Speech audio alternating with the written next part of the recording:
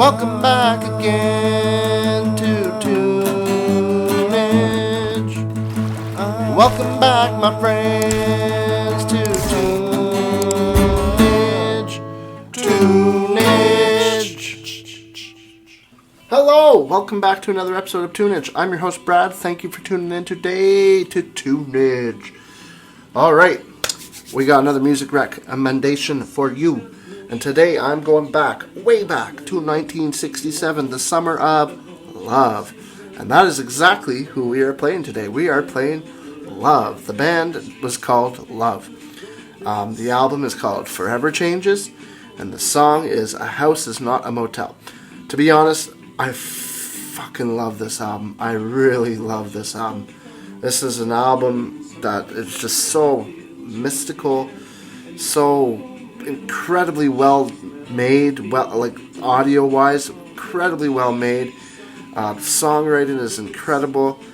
It's so good that it was featured on number 40 of Rolling Stone's top 500 albums of all time. Now, I might have shifted in the last couple of years down or up, but it's still in the top 50 because it's that good of an album. And for those who don't know who Love is a band that came out in California during the Summer of Love era. They came out in they started as a band in 65. Let me just correct that. Yeah, 65 is when they started, to 96, and then 2002 to 2005. And there's a Love Revisited, where unfortunately the main guy who was part of it is Arthur Lee. He's the main songwriter. He wrote fantastic songs, and I love this band. I love Love.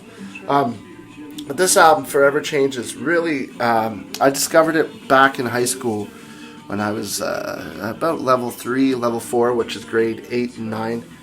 And I discovered it, and I remember just discovering it because I watched the movie Taking Woodstock, and on the acid tripping scene where they're tripping, the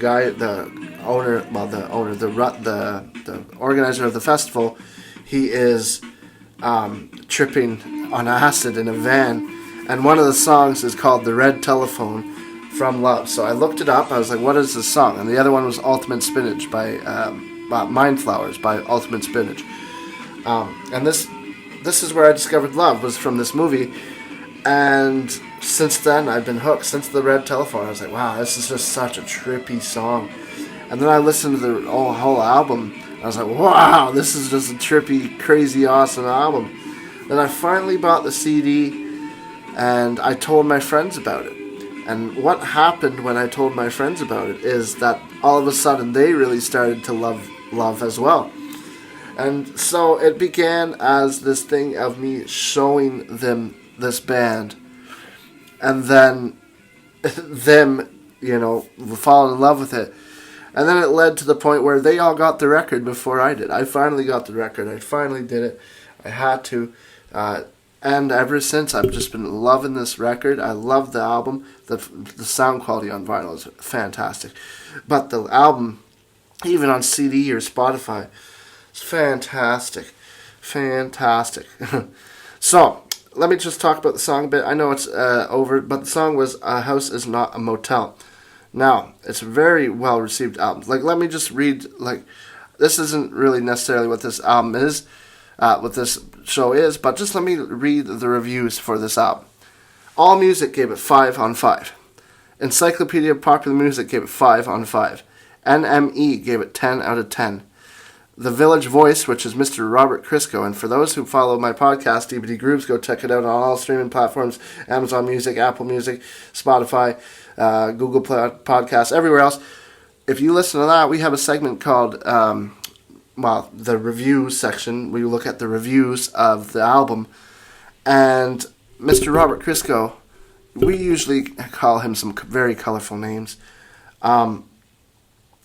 but he gave it an A-. So if Robert Christgau gave it an A-, you know it's a good album. A House Is Not a Motel is written by Arthur Lee, who is the main guy, and it was released in 1967. The album was released in January of 60. The single. The album was released in 67.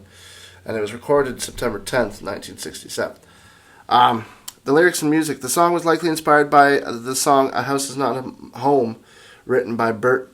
So I'm assuming that's what it is, because Arthur Lee was a fan of their work, and it does feature a lot of folk rock and folky melodic rhythms in it. So and Bert Bacharach, I think, and Hal David are folk group. Lee's vocal performance has been described as snarling. According to a friend, Lee got the line about blood mixing with mud turning gray from a Vietnam War veteran. But yeah, the song begins basically with a 12-string guitar playing a riff in E minor, and then an electric guitar comes in after the second verse, playing a phrase on top of the 2 strings. After the third verse, there's a drum break and twin guitar solos with strange vocal noises. It is one of the sparsest arranged songs on the album. So if you think that was intense, like some of the rest of the album, oh man, the freaking arrangements are nuts. But yeah, so go take a listen to A House Is Not a Motel. Fantastic tune from the band Love, Forever Changes. Forever Changes the album. A fantastic band called Love. I love these guys. I seriously do. And you're going to see so much more. Like, I honestly, sometimes I go through phases where I forget how much I really love this group. And then I play the CD or I listen to the record and I'm like, whoa. You know, you kind of get taken back and you're like, wow, I love this band. They're so good. So do yourselves a favor. Go listen to A House Is Not a Motel by Love. Go listen to the whole album. Fantastic album. Please go listen to it. Anyways, that's all for today. Thank you for tuning in today. There's only one of us. I hope you have a great rest of your day. Thank you for tuning in today. Thank you for watching. Much appreciated as always. Stay tuned to Tunage. Peace. Please go like, subscribe, follow. Thank you. Goodbye.